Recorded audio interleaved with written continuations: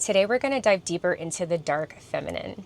I posted a video about a week ago describing who the dark feminine really is and how to embody her power, and today we're going to talk about who the dark feminine is not.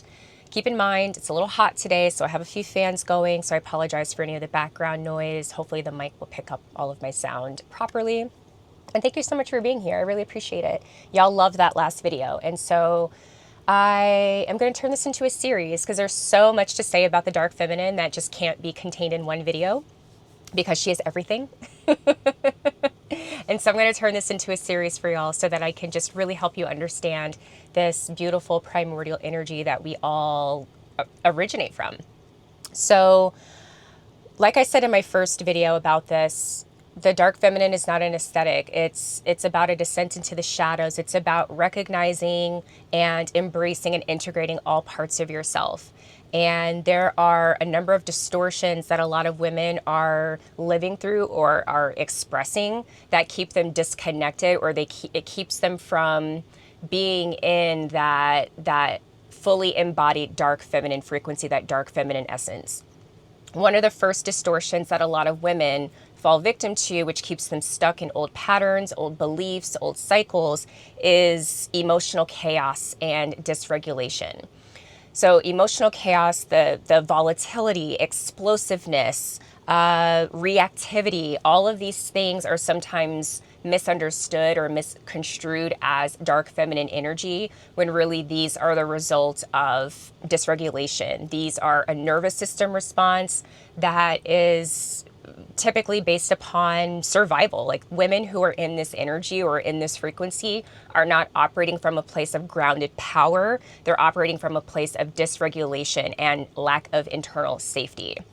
Sometimes this is confused with like the Kali Ma energy, because Kali is a destructive energy. She is a goddess of destruction and death. She tears away the things that are no longer serving, that no longer belong in your life, so that something new can be built from the absence of these things.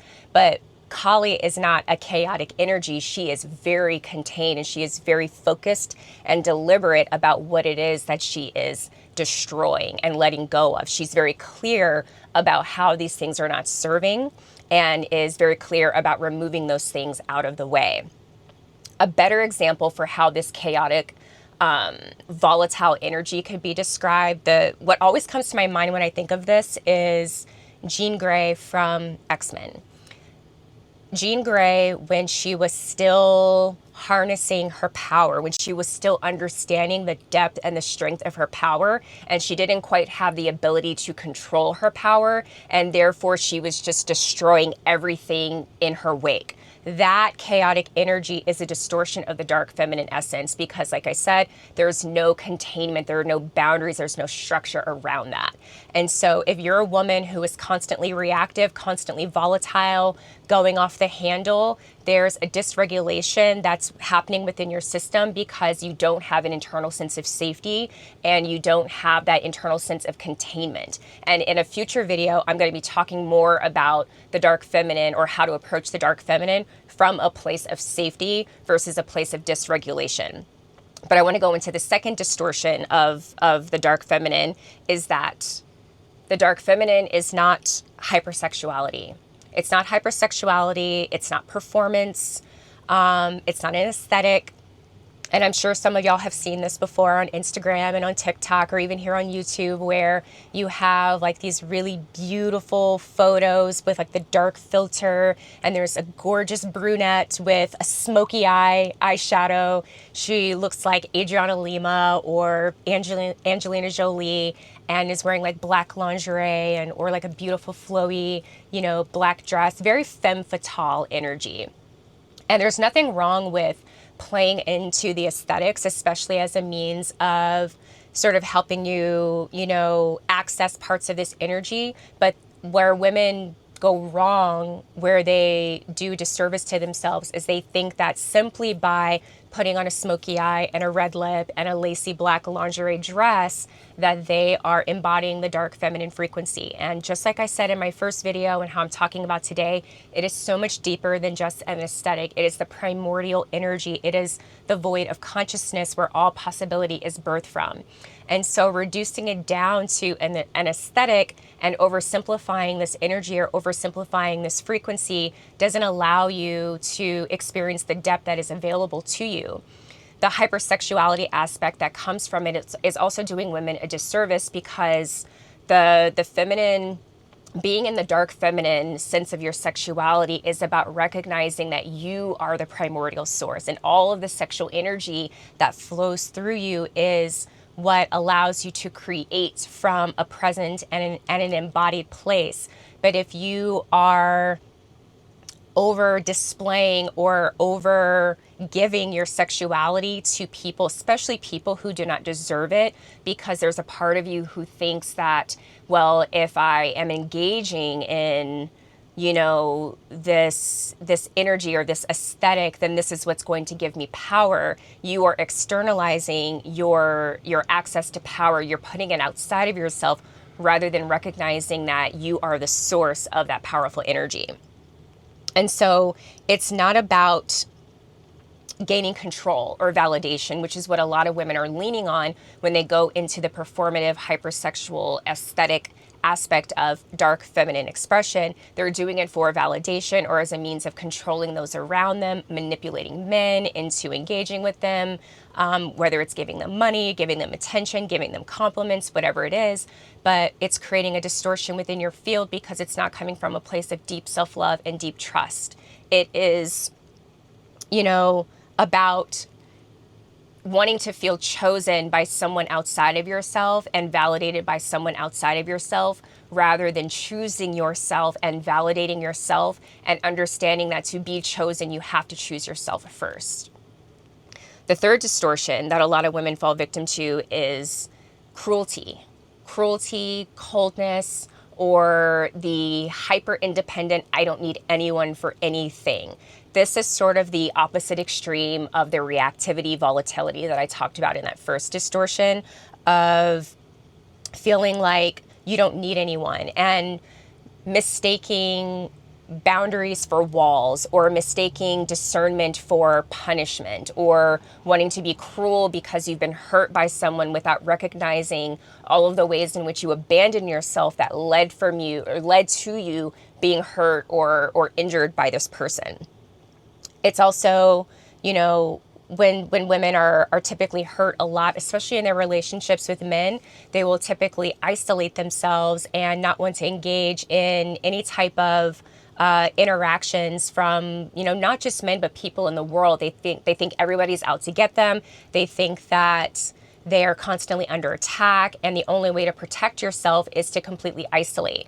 But if you have strong discernment, if you have strong boundaries, if you have a strong sense of right and wrong for yourself, and you don't allow anybody to cross those boundaries, and you don't allow anybody to circumvent your sense of discernment, then you don't need to isolate yourself. You don't need to constantly be in a state of protection, because the boundaries that you set for yourself, the discernment that you have to recognize what is correct for you or what is incorrect for you, operates and acts as a natural sense of protection. It operates as natural boundaries or a natural repellent to the very things that you feel like you have to protect yourself from by isolating or by putting up walls.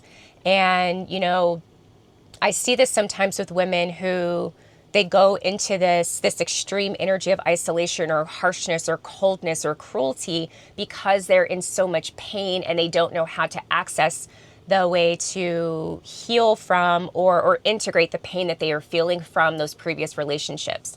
So both of those extremes of the volatility and the reactivity versus the coldness and the harshness or the isolation that comes on either side, they have the same root of thinking that your power comes from your safety. It's trying to have power without a sense of inner safety is what I'm trying to say. So when you're trying to gain power without having a sense of inner safety, then those are two of the expressions that really all three of these distortions that I've talked about, the volatility, the hypersexuality or choosing an aesthetic, performance, and the harshness, coldness, isolation, all of these things are expressed through not having cultivated a sense of safety within yourself.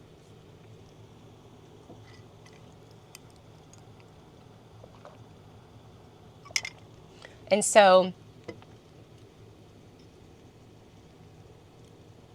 when I say that, when I talk about the safety, when I talk about that inner safety, that inner trust, those are going to be the most important things for you to honor the dark feminine energy expression that you have within you without falling into these distortions. And if you are in these distortions, if you are someone who is emotionally volatile or reactive, if you are engaging in hypersexuality, if you're treating your femininity like an aesthetic or like a performance, or if you are, so hurt, so heartbroken that you feel like you have to isolate yourself, that you have to put up walls, that you have to push everybody away, it's because you don't really understand what boundaries are. You don't really understand what discernment is. You haven't quite found that connection within yourself to realize what is true for you and what is not true for you simply by nature of your being. And so these are things that you get to work on as you are navigating, honoring the dark feminine expression within you. So like I said, in a future video, in the future videos that I'm going to do in this series, I am going to talk about how to cultivate that inner sense of safety so that you can embody the true dark feminine energy, the true dark feminine essence. I'm going to be talking about how dark feminine expression shows up in your day-to-day life. And I'm also going to be talking about why men are so terrified of the dark feminine. And so I would love to hear in the comments below how this video landed for you. Are you operating in these distorted energies? Did you even recognize that these were distorted energies for you? And let me know what thoughts you have around that or what questions you have around dark feminine energy. And let me know so that I can create more videos for you, because like I said, I want to turn this into a series because there's just so much to talk about when it comes to the dark feminine and how she shows up for you and in your life, and how you can embody this energy and how you can embody this frequency. So stay tuned for the next video.